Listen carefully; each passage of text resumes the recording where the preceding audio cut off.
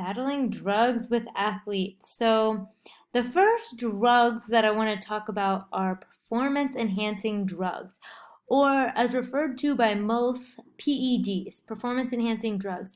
These are banned by the International Olympic Committee, the NCAA, and the US Olympic Committee. So these are drugs that you don't want your athletes using because if they're caught using them, they will be disqualified from whatever competition they are in. And so they're anabolic agents. These we think of as most commonly when we think of performance enhancing drugs. Those are steroids, okay? So these have been banned. Athletes use them because they increase muscle size, strength, and even endurance, but they have been banned. Diuretics have been banned from most sports, and that is due to their ability to provide weight loss as well as mask other drugs that are illegal. Peptide hormones, this is a broad category, but this includes things like growth hormones.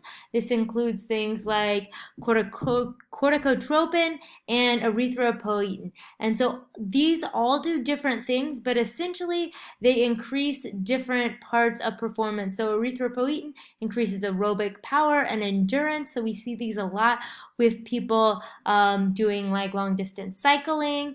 Corticotropins, they elevate blood sugar levels and they have anti-inflammatory effects, and growth hormones are exactly what they say they are. They help a person grow.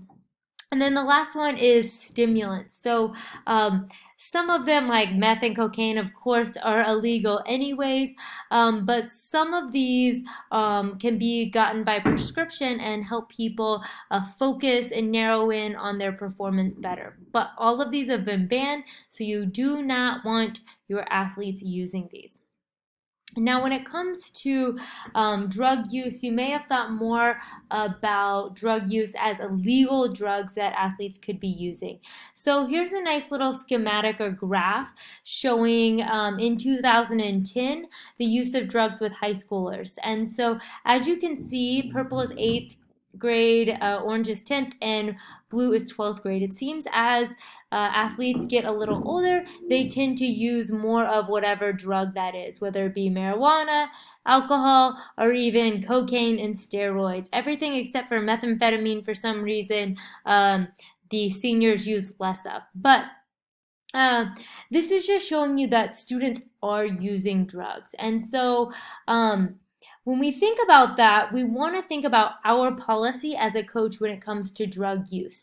So if you're in an organization that already has rules, abide by those rules. Those are probably the easiest thing to do.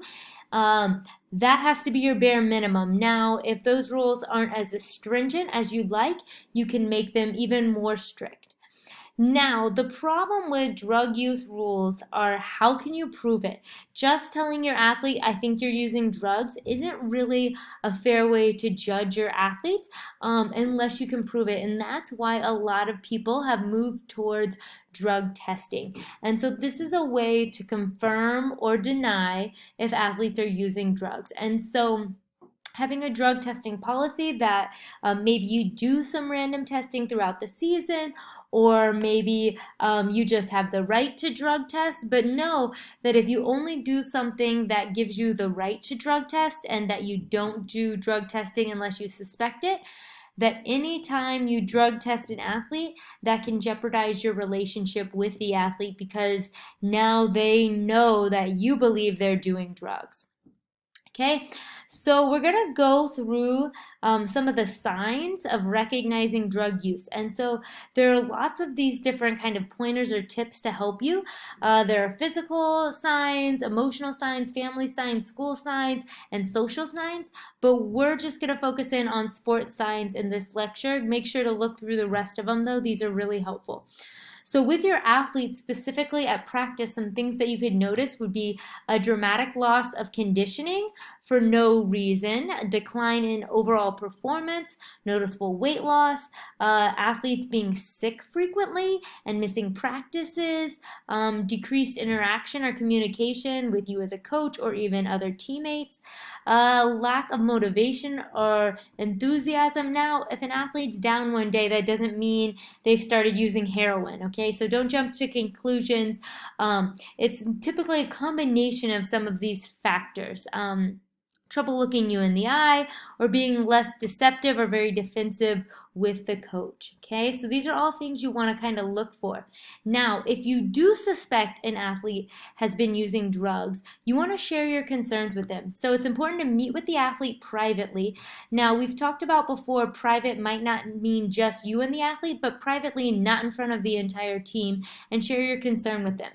Now, accusing them, hey, why are you using this drug, or lecturing them is not the way to go. What you want to do is share with them what you're seeing. So I'm noticing you're showing up late, or I'm noticing you're not talking with your teammates like you used to.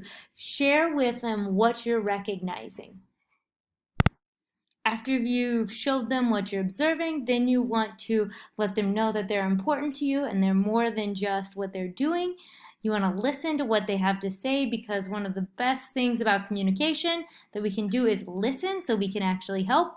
And then one of the most important things to think about is knowing that you are not a therapist, you are not a drug counselor, you're a coach. So if they do have a problem, then you want to find someone that is a professional that can help them. So help find the resources that will help them and help guide them there. Whether that means you actually go with them one time because they're nervous about it, but know your role and let someone who is trained in that field actually help them.